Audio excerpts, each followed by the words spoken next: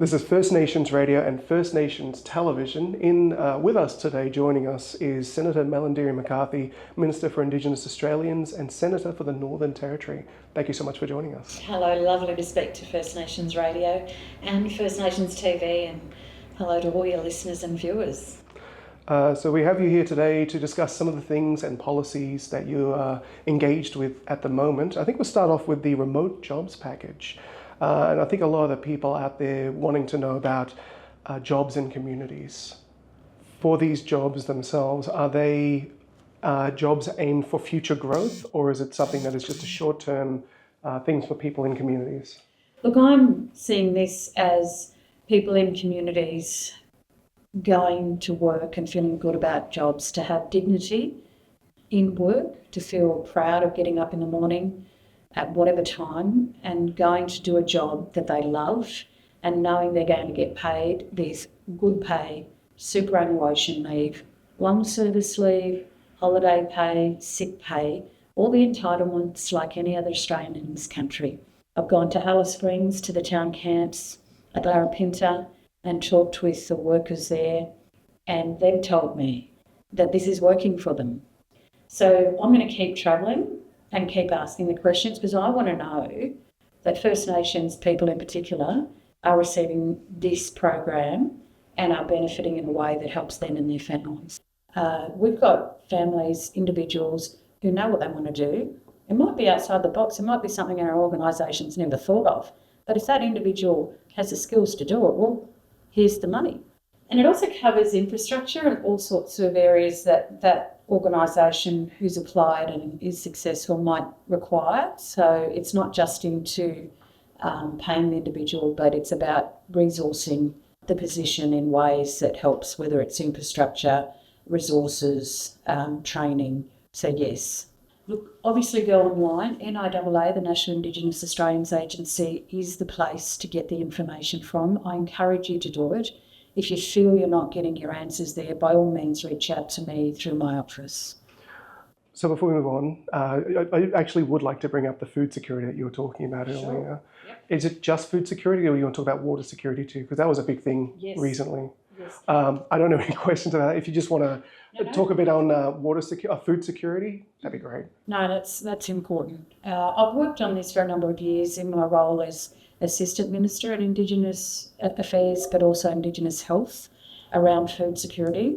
And so coming into the portfolio as Indigenous Australians Minister, I was able to carry it through.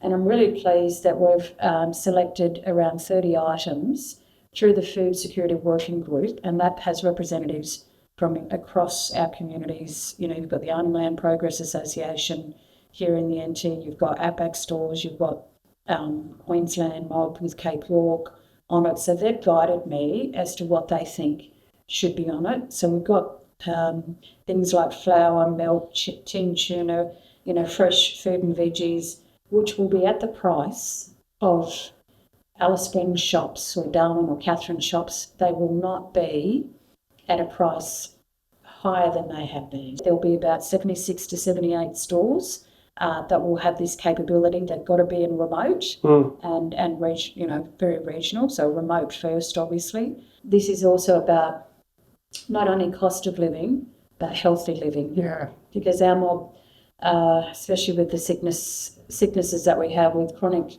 kidney disease, I've been trying to roll out with the Health Minister, Mark Butler, and with Jed Carney, the Assistant Indigenous Health now, renal dialysis chairs. So that water security is really critical, not just for ordinary drinking water, but also for those who want to live back on country and have their renal dialysis. They've got to have good water. So in the Central Desert, we know there's problems with water.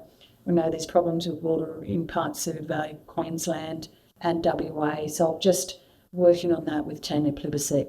And in the other areas that I've worked in with food security is, for example, we saw the floods last year with Yarralin and Kalgoorlie mob cut off with the Vic River. So what I put in place this year was a food resilience package around 9 million to make sure that Yarralin and Kalgoorlie have extra freezers, for example, should that happen again.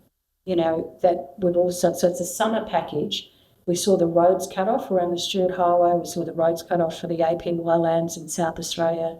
And I want those communities to know that should anything happen, whether it's bushfires or flooding that cuts them off in terms of supply chains, we've been able to provide extra food storage with critical freezers. Excellent. Let's move on to the Indigenous procurement policy. So this is all about helping with funding, I believe. Yeah. Look, this is another exciting initiative with regards to moving away from just the public sector. I want to move it much more into the private sector. There are so many Indigenous businesses across the country who just want that green light to just go. Some of them are doing really well, others are starting up. So I've certainly focused on reforms in the Indigenous procurement policy area just to enable them to actually have more of an opportunity to be selected in large contracts. And hopefully you'll see a really big adjustment there. So we do have the Indigenous procurement policy currently underway that does support businesses, but I wanted to go a step further because it is part of the National Agreement on Closing the Gap as well in Outcome 8.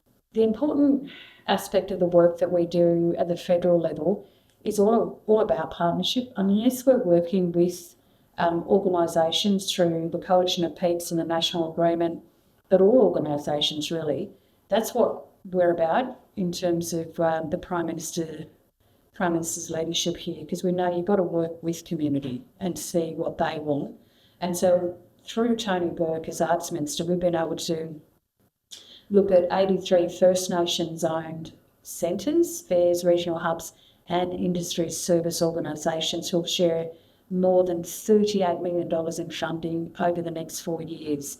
So we're talking about the Indigenous Visual Arts Industry Support Program, and that's to look at looking after culture and language. Like, it's just really exciting.